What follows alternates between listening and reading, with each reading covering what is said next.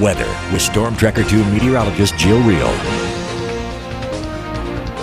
We are just on the fringe of a major snowstorm that's impacting areas such as New York City, Boston, all the way up to Maine. But for central New York, we're just dealing with the cold temperatures and the windy conditions.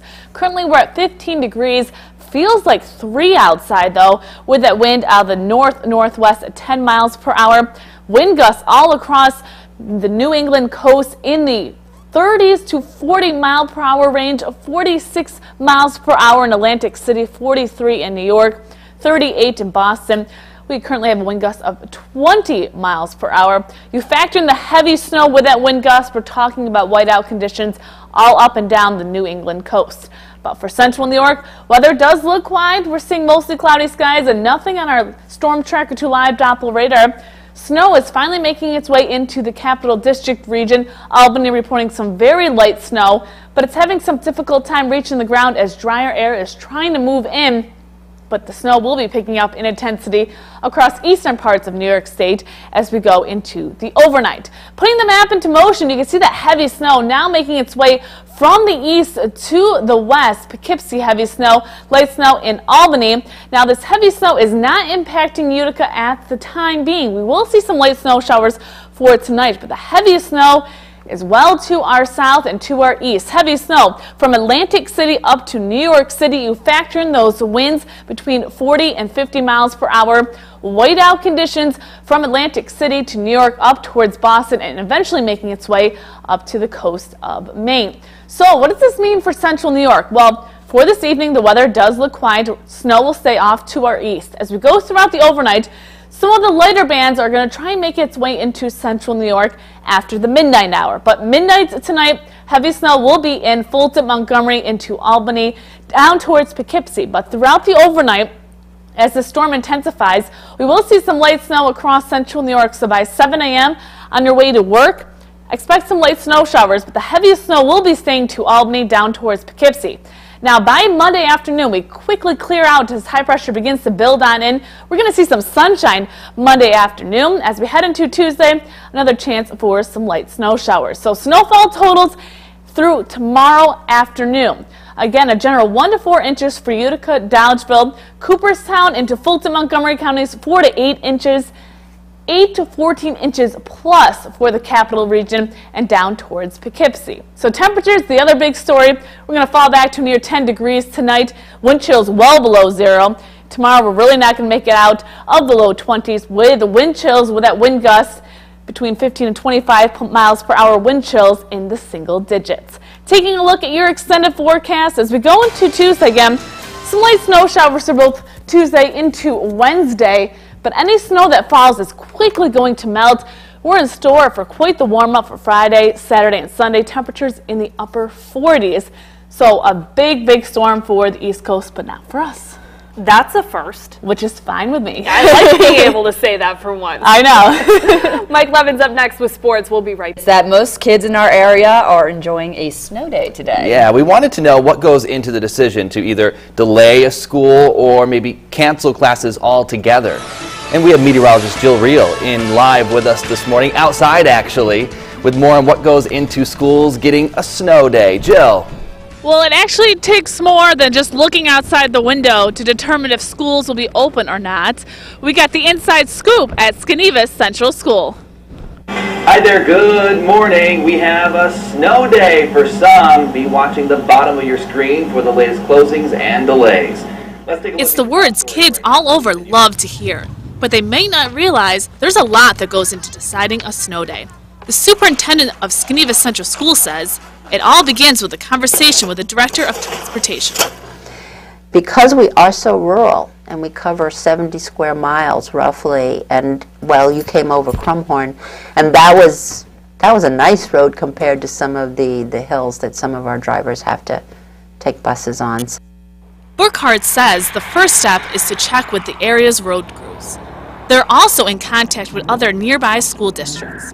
And by 5 a.m., a final decision is made. We start, very often we'll start with, unless it's really severe, we'll start with a 2-hour delay. We don't do a 1-hour delay. It just doesn't take winter weather for schools to close. Some students have some rituals, such as turning your pajamas inside out, Well, students at Skenevis, well, they have some other unique ideas.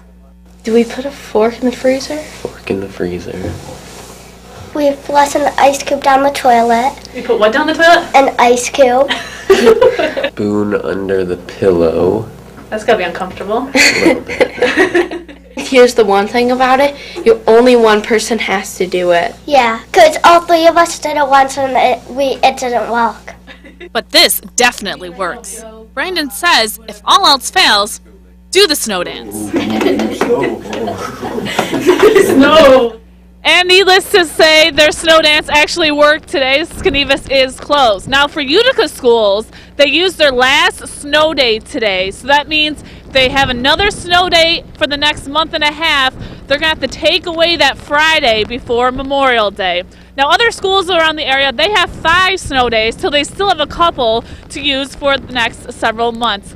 And it is really sleeting out here. It hurts my face really bad. So I'm going to go back inside right now. I'm kind of enjoying this. I kind of am too, in a sick way. Fun. All right, Jill, Thank you. thanks. Hey, Bill, what's going on? Well, a big soccer tournament about to kick off over at Proctor Park, and they're seeing rain, and I heard some thunder a little bit. Yeah, there's a little bit of embedded thunder outside right now. It's going to last over the next hour or so. So if you are going to the soccer game, bring the umbrella, but improving conditions for this morning, but not the case as we head into the afternoon. Kind of a complex forecast for us. Outside right now, though, we are seeing plenty of rain. 61 degrees, the dew point at 57. That dew point is going to continue to increase throughout the afternoon, so it's going to feel quite muggy outside with the wind out of the east at 5 miles per hour. Skywatchers across the region, George and Glenmore 57, Becky and West Leyden 56, 60 in Curtis Corners, 55 in Fairfield, 60 for Westmoreland and Verona Beach.